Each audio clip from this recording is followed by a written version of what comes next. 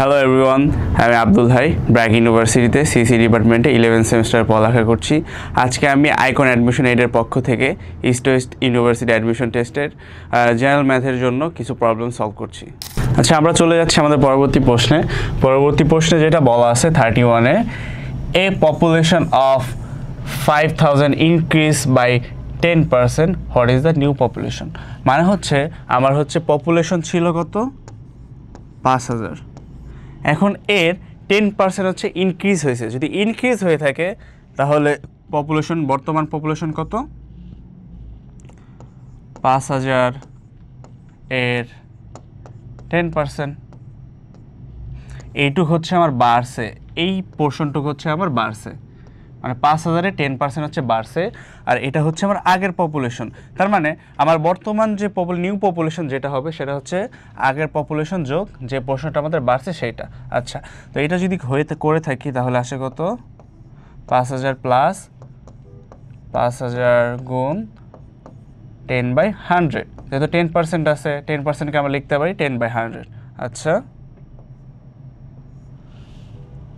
তার মানে এখানে থাকতেছে হচ্ছে 5,000 প্লাস 500, তার মানে 5,500। Then the answer is B. Okay, তারপর আমরা যাচ্ছি আমাদের পরবর্তী প্রশ্নে বলা আছে which number is divisible by 11। আচ্ছা, একটা নাম্বার 11 দিয়ে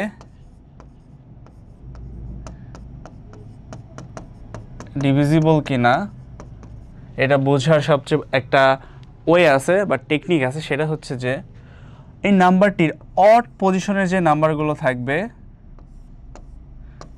সেগুলোর সাম করব minus sum of even position number.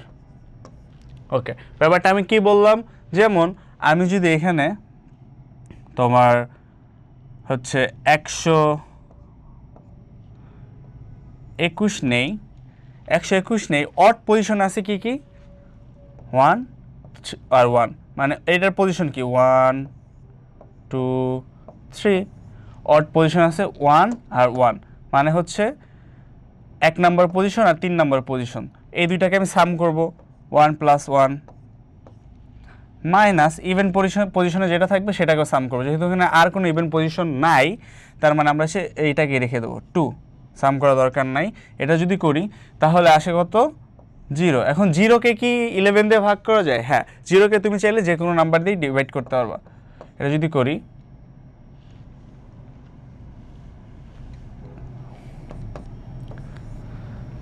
Zero.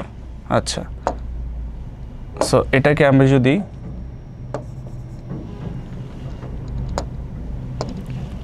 ভাগ করি তাহলে ভাগশেষ আসবে 0, ঠিক আছে। আচ্ছা, তার মানে আমরা এই টেকনিক ওয়াইজ আমরা যদি যাই তাহলে আমাদের অ্যান্সার হচ্ছে এ।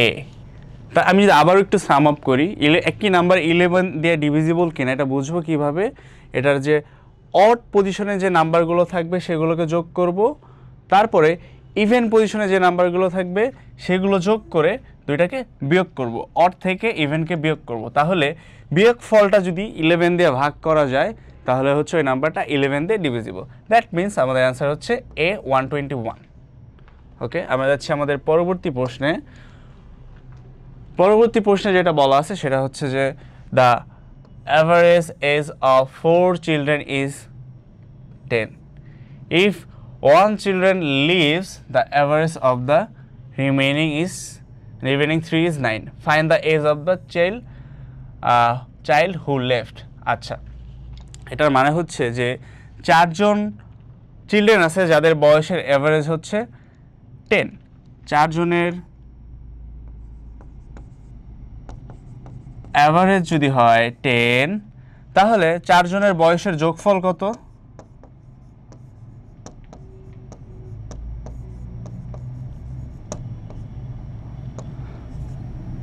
4 জনের বয়সের সাম যদি করি তাহলে আসে কত, 4 × 10। ওকে, 4 জনের বয়সের সাম করি তাহলে আসে কত, 4 × 10, মানে হচ্ছে 40। আবার বলা আছে যে একজন হচ্ছে 4 জন থেকে যদি যখন চলে যায় তখন 3 জনের বয়সের অ্যাভারেজ হচ্ছে 9। তাহলে 3 জনের বয়সের সাম কত তাহলে 3 × 9 দ্যাট মিনস 27। আচ্ছা, তো 4 জনের বয়সের সাম যদি করি তাহলে আসে হচ্ছে 40, আর 3 জনের বয়সের যদি সাম করি তাহলে আসে 27। তার মানে যে একজন যে চলে গেছে, তার মানে ওই একজনের বয়স আমি যদি এখানে যোগ করি তাহলে তো আমার এটা পাওয়ার কথা। তো আমার এখানে এই 27-এর সাথে আমি আর কত অ্যাড করলে আমি হচ্ছে 40 পাবো? Answer is 13। তার মানে যে মিসিং চাইল্ডটা ছিল তার বয়স ছিল 13।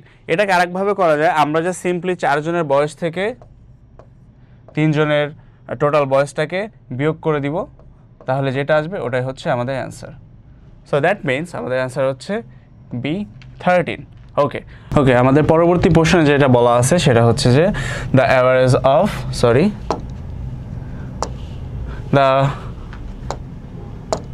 The average of first 5 even number is কত, মানে 5টা প্রথম ইভেন নাম্বারের মানে গড় কত বা অ্যাভারেজ কত। তো 5টা ইভেন নাম্বার কত? 2, 4, 6, 8, 10। আচ্ছা, সো এইখানে আমরা কি করব, যা সবগুলোরে যোগ করব, যোগ করে 5 দিয়ে ভাগ করে দিব। তো সবগুলো যদি যোগ করি আমরা কত পাই? 6, 12, 20, 30/5 ইকুয়াল টু 6। তাহলে অ্যান্সার হচ্ছে এ। আচ্ছা, এখানে একটা কনফিউশন আছে, কনফিউশনটা হচ্ছে যে 0 কি আমরা ইনক্লুড করব নাকি করব না। সো এটা হচ্ছে কোশ্চেনে স্পেসিফিকলি বলা থাকবে যে 0 থেকে শুরু হবে না থাকবে। সো এখানে যেহেতু বলা নাই তাহলে আমরা হচ্ছে 2 থেকে শুরু করছি। যদি বলা থাকতো যে 0 থেকে শুরু করতে হবে তখন হচ্ছে আমরা 0 থেকে শুরু করতাম। যদি 0 থেকে শুরু করতাম তাহলে হচ্ছে আমার প্রথম 5টা ইভেন নাম্বারের যোগফল কত হতো? 8/5 মানে হচ্ছে 4। সো যদি 0 ইনক্লুড করা থাকে তাহলে আবার অ্যাভারেজ আসবে হচ্ছে 4, আর যদি 0 এক্সক্লুড করা থাকে তাহলে অ্যাভারেজ আসবে 6। আচ্ছা, আমরা যাচ্ছি আমাদের পরবর্তী প্রশ্নে। ওকে, বলা আছে the ratio of 2 numbers is 3:5 and their sum is 64, find the smaller number. আচ্ছা, দুইটা নাম্বারের রেশিও হচ্ছে 3:5। তার মানে 3:5 যেহেতু দেওয়া আছে, এই জিনিসটাকে আমরা কি করব, যদি রেশিও থাকে আমরা এই জিনিসটাকে এক্সে কনভার্ট করব। এক্সে কনভার্ট মানে কি, যদি ধরি লোয়েস্ট নাম্বার হচ্ছে 3x, হাইয়েস্ট নাম্বার হচ্ছে 5x। আচ্ছা, আমাকে বলা আছে এই দুইটা নাম্বারের যোগফল হচ্ছে 64। তার মানে 8x ইকুয়াল টু আছে হচ্ছে 64, তাহলে x ইকুয়াল টু কত? x ইকুয়াল টু হচ্ছে 8। তাহলে x ইকুয়াল টু যদি 8 হয়ে থাকে তাহলে আমাদের বলছে কত? The smaller number. তার মানে লোয়েস্ট নাম্বার কত? 3 × x মানে 3 × 8। তার মানে lower number equal to 3 × 8, that means 24. So answer is A. ওকে, চলে যাচ্ছি পরবর্তী প্রশ্নে। পরবর্তী প্রশ্নে যেটা বলছে যে a laptop originally priced at 1200 is now sold at 25% discount. What is the sale price? আচ্ছা, একটা ল্যাপটপের দাম ছিল 1200 টাকা, আমি কি করলাম, তাকে 25% ডিসকাউন্ট দিলাম। 1200 টাকা আর আমি হচ্ছে ডিসকাউন্ট দিলাম কত? 1200-এর 25%। সো আমি যেহেতু ডিসকাউন্ট দিচ্ছি তার মানে আমি হচ্ছে কি করছি, আমি হচ্ছে এই যে প্রাইসটা ছিল এর চেয়ে কম দামে বিক্রি করতেছি। যেহেতু কম দামে বিক্রি করতেছি, ডিসকাউন্ট মানে কম দামে বিক্রি করতেছি, তার মানে হচ্ছে আমি এখানে বিয়োগ দিব। আচ্ছা, তার মানে আমি টোটাল প্রাইস থেকে এই যে ডিসকাউন্ট প্রাইসটা যদি বিয়োগ করি তাহলে তো আমি আমার এই সেলিং প্রাইসটা পেয়ে যাব। তাহলে এটা যদি করি তাহলে দাঁড়ায় কত? 1200 মাইনাস ইন্টু 25/100। আচ্ছা, এটা যদি করি তাহলে আসে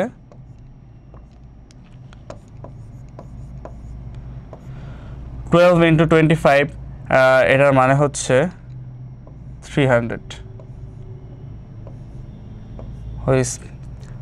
which means the answer is 900. তার মানে আমি যদি একটা ল্যাপটপের 1200 টাকার একটা ল্যাপটপ যদি 25% ডিসকাউন্টে সেল করি তাহলে আমার সেলিং প্রাইসটা হবে কত? 900. ওকে, সো এটাকে একটু ভেরিফাই করি ক্যালকুলেটর দিয়ে অ্যান্সার ঠিক আছে কিনা।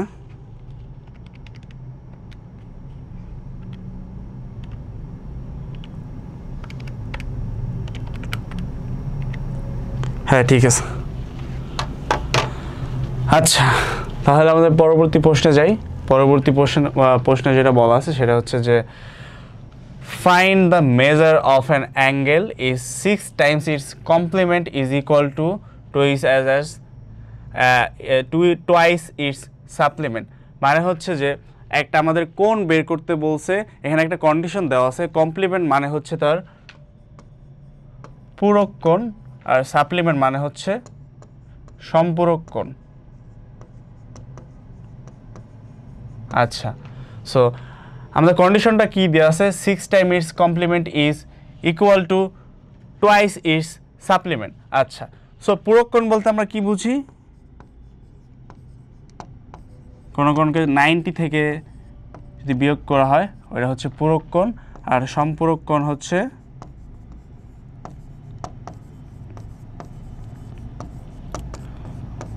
ডিগ্রি থেকে যদি বিয়োগ করা হয়। আচ্ছা, তো কন্ডিশন কি বলছে যে এই পূরক কোণের 6 গুণ সম্পূরক কোণের 2 গুণের সমান। মানে কি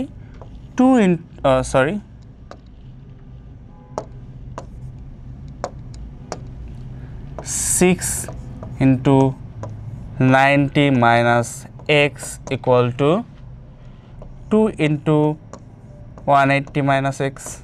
ওকে, তো এটা যদি করি তাহলে আসে 540 minus 6x 360 minus 2x যদি করি তাহলে আসে হচ্ছে কত? এই নাম্বারগুলোকে সব এই পাশে নিয়ে আসবো, এক্সগুলোকে ওই পাশে নিয়ে যাই। 540 minus 360 equal to minus 2x plus 6x, that means 4x equal to পাচ্ছি হচ্ছে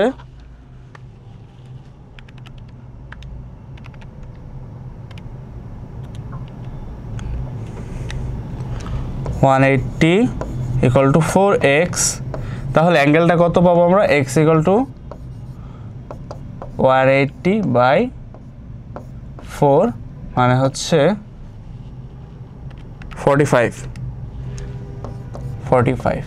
তার মানে এই অংশটা থেকে আমরা যদি সলভ করি ম্যাথটা তাহলে আমরা পাই কত? অ্যাঙ্গেলটা কত?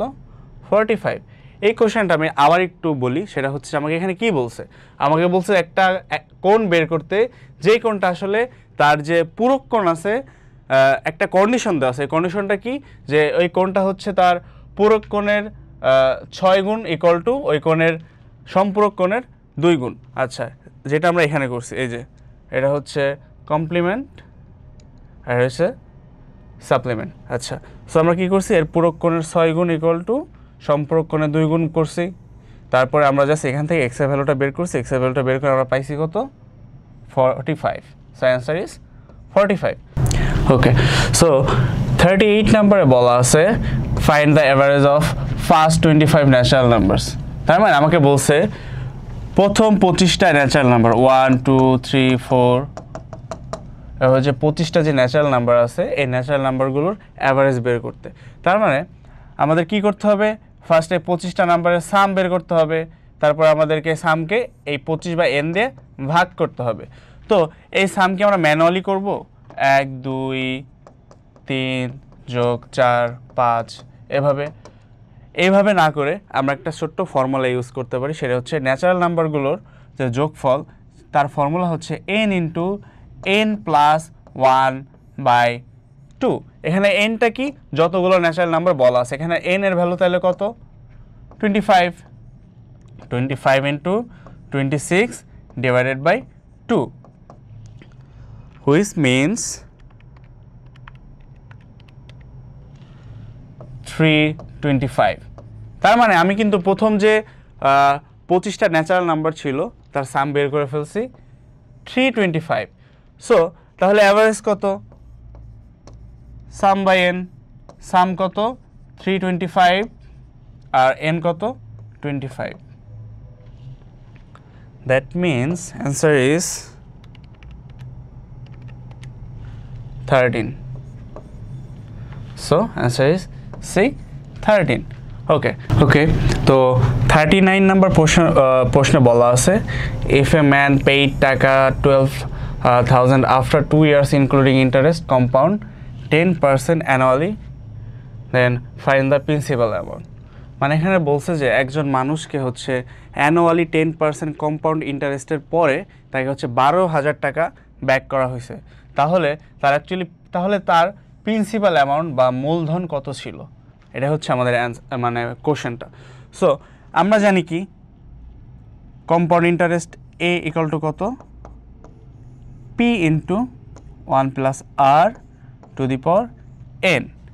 এইখানে এ কি? Compound interest. তারপরে পি কি? প্রিন্সিপাল বা আসল টাকা, প্রিন্সিপাল অ্যামাউন্ট। আর হচ্ছে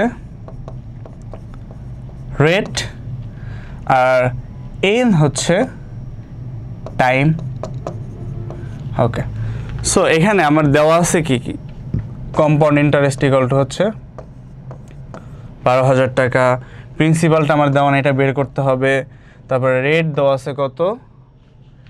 10%, মানে হচ্ছে 10/100। আর টাইম দেওয়া আছে কত? 2 years, n equal to 2। আচ্ছা, তো এটা যদি আমরা এখন করি তাহলে এই ফর্মুলা থেকে আমরা প্রিন্সিপাল ইকুয়াল টু কি লিখতে পারি? a by 1 plus R to the power n। আচ্ছা, তাহলে হচ্ছে এখানে এ কত? 12,000, 1 প্লাস রেট কত? রেট ছিল হচ্ছে 10/100 টু দি পাওয়ার এন হচ্ছে 2। সো এইটাকে আমরা যদি এখন ক্যালকুলেট করি তাহলে আমরা যেটা পাই সেটা হচ্ছে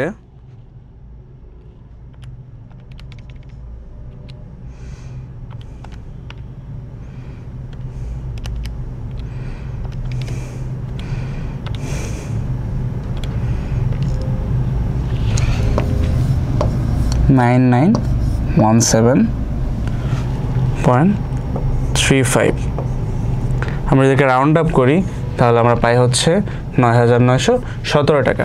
তাহলে আমাদের এটার অ্যান্সার হচ্ছে বি, 9,917 টাকা।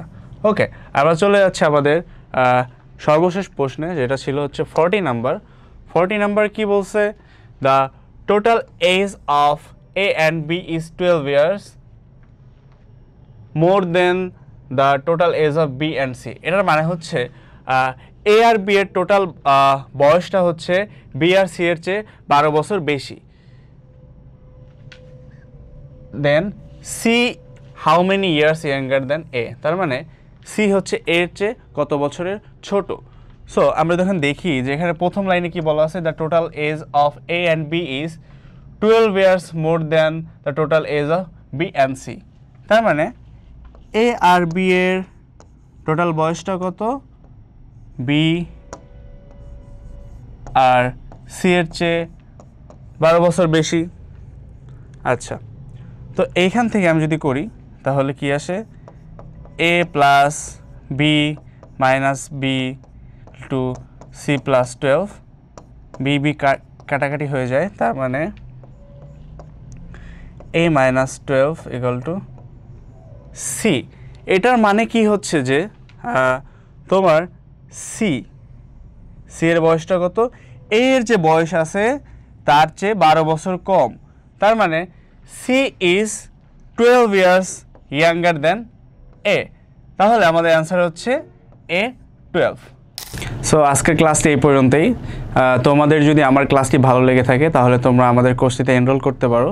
তোমরা যদি আমাদের কোর্সটিতে এনরোল করো তাহলে তোমরা যা যা পাবে তা হচ্ছে lecture sheet, recorded class, suggestion, আর প্রতিটা ক্লাসের ডিউরেশন কিন্তু থাকবে 2 ঘন্টা বা এর চেয়ে বেশি। এর পাশাপাশি তোমরা যদি এনরোল করো তোমরা ফ্রিতে পেয়ে যাচ্ছ east West university model question বুক একদম ফ্রিতে। কোর্স ভর্তি বা যে কোনো প্রয়োজনে তোমরা আমাদেরকে কল করতে পারো অথবা আমাদের আইকন অ্যাডমিশন 8 পেজে ইনবক্স করতে পারো।